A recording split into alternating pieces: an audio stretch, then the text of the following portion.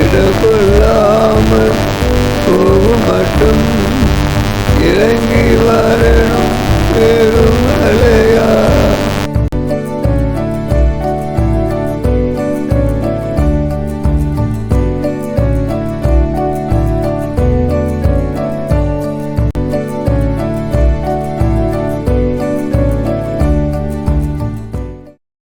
கண்கள் காண உறங்கள்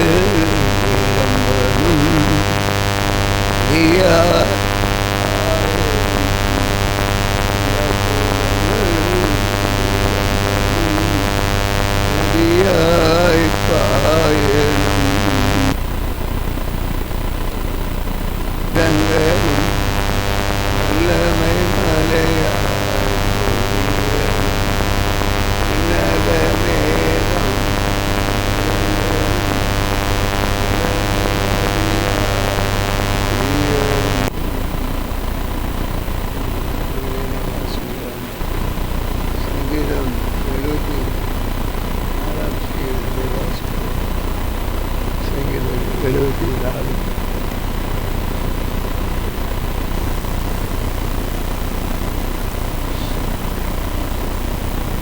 மஸ்கிலின் மாசாவின் போதக சங்கீதம். தேவனே, நீர் எங்களை என்றென்றைக்கும் ஏன் தள்ளிவிடுகிறீர்?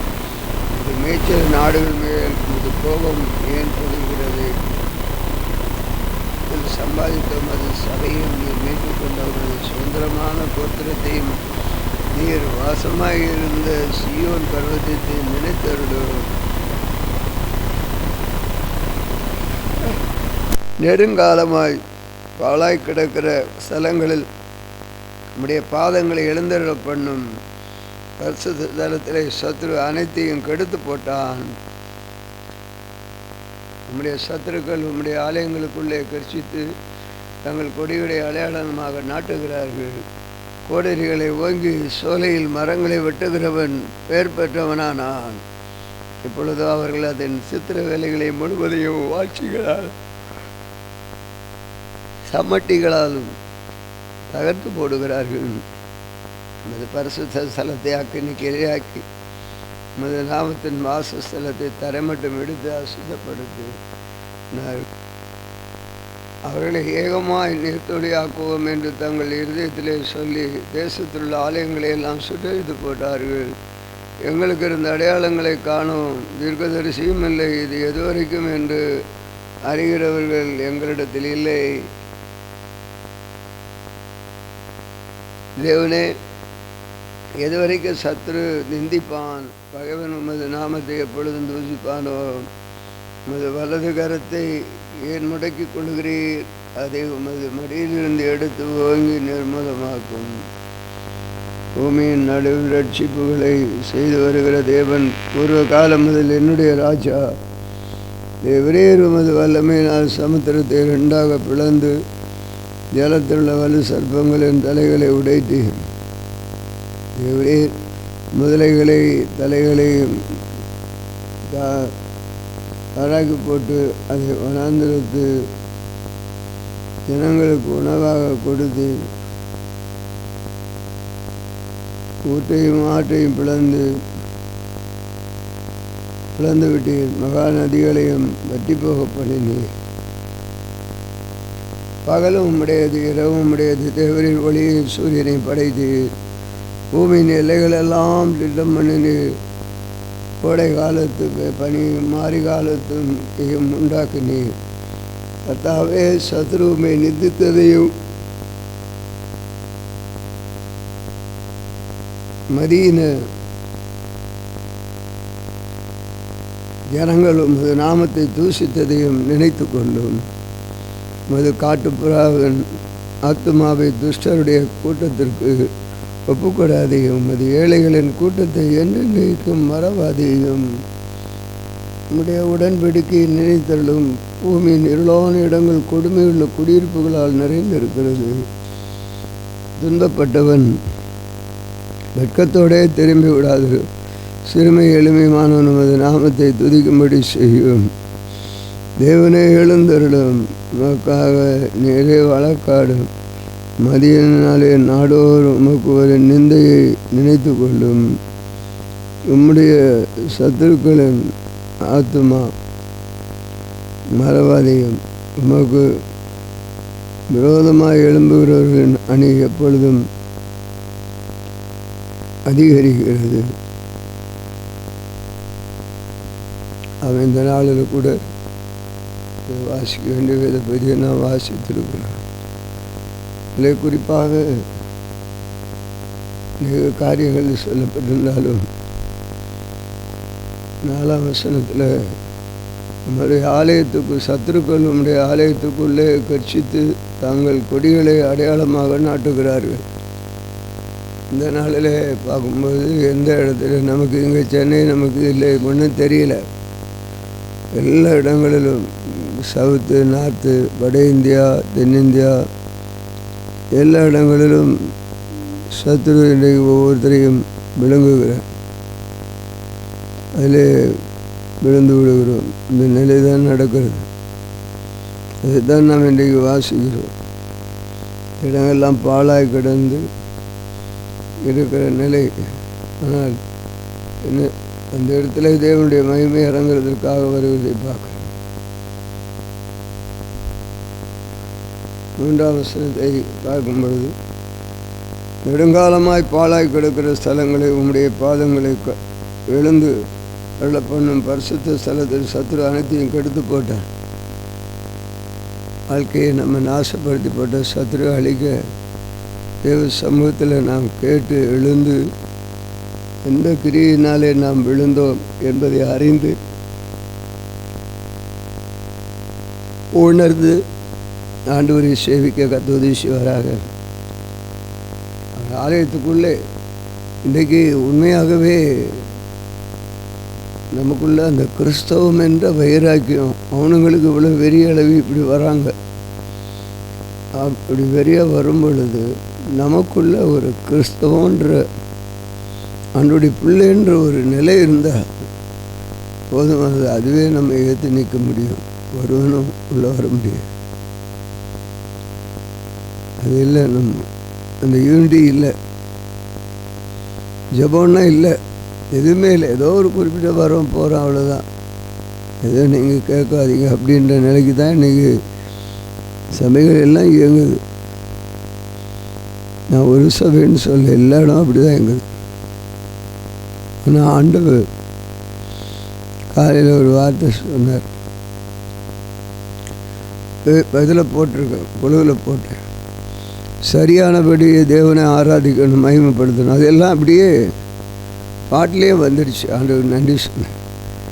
ஒழுக்கம் ஒழுங்கு வேணும், மனசாட்சி வேணும். வேதம் என்ன சொல்லுதோ அதன்படி நம்ம நடந்தால் தான் வேத வசனத்தினுடைய அற்புதங்கள் நடக்கும். அது இல்லாமல் மனம் போல் நம்ம வாழ்ந்துட்டு நான் உலக வேஷத்தை எல்லாம் தரித்து வாழ்ந்துட்டு இங்கே வந்து எனக்குள்ளே ஆண்டவருடைய ஆவி வேணும் அப்படி இப்படின்னு நான் பண்ணோன்னா கிடைக்காது. ஆனால் என் நேரங்களை வேஸ்ட் பண்ணேன். அதுதான் அந்த காரியத்தில் சொல்லியிருக்கு. அது நினைக்கிற மாதிரி கிடைக்காது. ஆனால் ஆகவே இவைகளை உணரும் பொழுது தேவன் விரும்புகிற ஒரு நீதியும் பரிசுத்தம் உண்மையை நமக்குள்ளே இருந்து அர்ப்பணித்தாதான் தேவன் நம்ம எடுத்து பயன்படுத்த முடியும் அப்படின்றத பார்ப்போம். பாருங்கள், கடைசியில் போன வாரம் கேட்டது போல் சுய இச்சையில் தான் அவங்கவுங்க ஒவ்வொன்றே விழுந்துடுறாங்க. பண ஆசை, பொருளாசை, மண்ணாசை, பின்னாசை எல்லாத்துலேயும் விழுந்துடும். அப்படி தான் இன்றைக்கி விழ வச்சு அழிகிறாங்க. ஆண்டவர் வேறு பிரித்து எடுத்து கொண்டு வரார். வந்து அவர்களை நன்மை செய்யணும்னு அவர்களுடைய பட்ட பாடுகளுக்கு அவர்களை தூக்கி நிறுத்தினாலும் அவங்க நிற்கிற மாதிரி இல்லை. அவங்க விடுறதுக்கு தான் இடம் கொடுக்குறாங்க. அந்த மாதிரி இருக்குது. ஸோ அதுதான் இப்படி சொல்லும் பொழுது சத்துருக்கள் உம்முடைய ஆலயத்துக்குள்ளே இப்படி இருக்கும்போது ஏன் சத்துரு உள்ள வரமாட்டான்? நிச்சயம் வருவான். ஏன்னா நமக்குள்ளே கோஷ்டி இது, நமக்குள்ளே வசனத்தை செய்யணும்னு இல்லை. பாருங்கள், இந்த மாதிரி காலையில் ஒரு ஜெபம் நடக்குது. காலையில் ஜெபத்தில் வந்து தேவனை மகிமைப்படுத்தாமல் நான் என்னத்தை சாதிப்போம்? ஆண்டவர் தெளிவாக பேசுகிறாரு. அதான் காலையில் பேசுனது கேட்டார் போல் அந்த நம்முடைய ஏஜி சபை குழுவில் போட்டு ஒன்றும் முடியாது. தேவன் எதையும் எல்லாவற்றையும் நம்ம கவனிச்சிட்ருக்குறோம். எப்படி வாழ்கிறோம், எப்படி செய்கிறோம், என்ன செய்கிறோம், எப்படி ஆக்டிவேட்டாக இருக்கிறோம், எப்படி மனமுகந்திருக்கிறோம் அப்படின்லாம் அவர் பார்க்குறேன். அது ஸ்தோத்திரம். அதில் எல்லாவற்றையும் அகற்றி தேவ மகிமை வெளிப்படும் என்று நம்ம அர்ப்பணிப்போம். இந்த நாட்களில் அதுதான் விசேஷித்த ஜெபங்கள். இந்த உபவாச நாட்களில் 5 நாளில் தொடர்ந்து நமக்கு இன்னும் ஜெபம் வைக்கும்.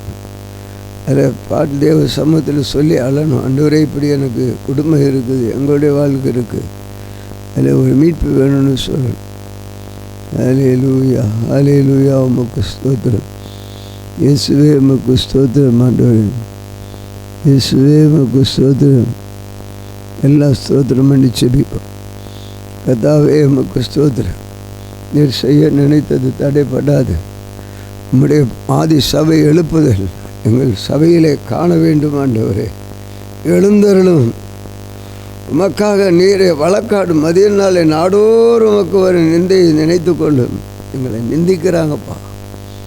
எழுந்திருந்து செய்ய வேண்டிய காரியங்களை செய்யும்படி செபிக்கிறோம். ஆண்டவர் நிந்தைகளும் சகிக்க தாங்க பொறுமை பலன் கிருபை தாரும். நாமத்தை உயர்த்துகிறோம். ஆண்டவரே, நம்முடைய நாமத்தை உயர்த்துகிறோம். கர்த்தர் நீ சொல்கிற ஒவ்வொரு காரியங்களையும் நாங்கள் சிந்திச்சு அப்படி செய்ய எங்களுக்கு கிருபை தரும்படி ஜெபிக்கிறோம். நம்முடைய நாமம் மையப்படணும். ஆண்டவரே, ஒரு எழுப்புதல் வேணும். ஆண்டவரே, எங்களுடைய ஆதிசபை அற்புதங்கள் காலையில் அதை தான் அப்பா பேசுனீங்க. ஆமாம், ஆதிசபை அற்புதங்கள் வேணும் அப்படின்னு திருச்சபை பாட்டில் வருதப்பா. உமக்கு நன்றி தெரிவிக்கிறோம். கர்த்தர் நீ பேசுகிற விதமாகவே உமக்கு ஸ்தோத்திரம். எல்லாரும் செபிப்போம். ஆமென். ஆண்டவரே உமக்கு ஸ்தோத்திரம். நீ பேசின விதமாகவே ஒரு எழுப்புதல் எங்களுக்குள்ளே உண்டாக வேண்டும். ஆண்டவரே, ஆதிசபை அற்புதங்கள் நடக்கணும். காலையில் அதை தான் உள்ளத்தில் பேசிகிட்டு இருந்தீங்க. கடந்த ஞாயிற்றுக்கிழமை அதே தான் அப்பா பேசினீங்க. இந்த அற்புதங்கள் நடக்கணும். அது எப்படி நடக்கும்? நாங்கள் எங்களை முற்றிலுமாய் ஒப்பு கொடுத்து உம்முடைய சமூகத்தில் வந்தால் தான்ப்பா நடக்கும். ஒவ்வொரு காரியங்களையும் நாங்கள் சீராக வசனத்தின்படி நடந்தால்தான்ப்பா நடக்கும். இல்லாமல் நாங்கள் இதை செய்வோம் அது செய்வோன்னா ஒன்றும் சாதிக்க முடியாதப்பா. தாவே உமக்கு ஸ்தோத்திரம். நல்ல ஒரு ஐக்கியம் எங்களுக்குள்ளே வேணும். ஒவ்வொருக்குள்ள ஐக்கியம் உமக்கு ஸ்தோத்திரம். முடியாதவர்கள் ஒவ்வொரு காரியங்களையும் நீர் அறிகிறீர். ஆண்டவரே, எது முடியும் முடியாது என்பதெல்லாம் உமக்கு தெரியும். உம்மாலே கூடாதது ஒன்றும் இல்லை.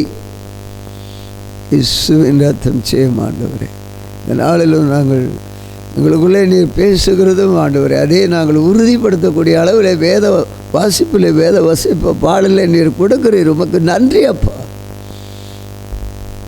எங்களுடைய சுகபோகமான வாழ்க்கை கண்ணாலே கேட்டது போல ஆண்டவரே, நாங்கள் வாழ வேண்டும் என நாங்கள் சுய இச்சைகளுக்கு ஏற்ற விழுந்து நாங்கள் ஒன்றுமில்லாமல் போய்விடுவோம். காண்கிறதெல்லாம் இச்சித்து வேண்டும் வேண்டும் என்று சொல்லி என்னுடைய வாழ்க்கையில் வசதிகளை தேவைக்கு என்னவோ அதை பூர்த்தி செய்ய கர்த்தர் ஒவ்வொருவரையும் கட்டளையிடும்படி செலுத்துகிறோம்.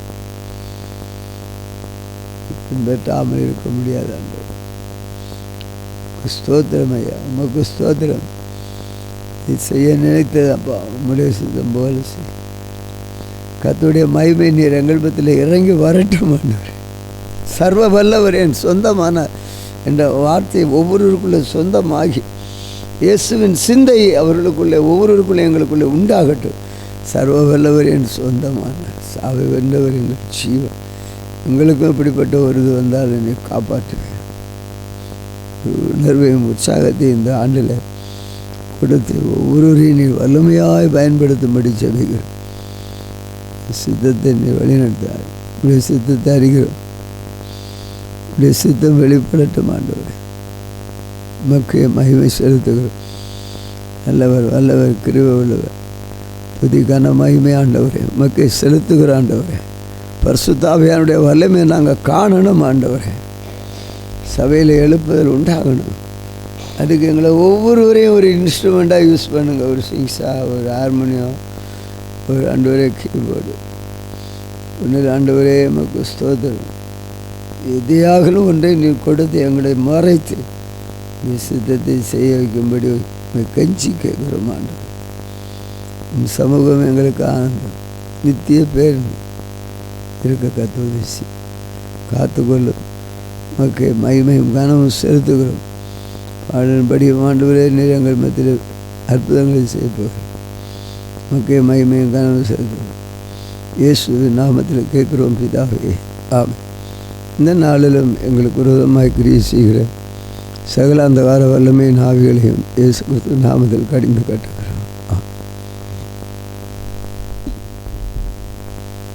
ஜெபிப்போம்.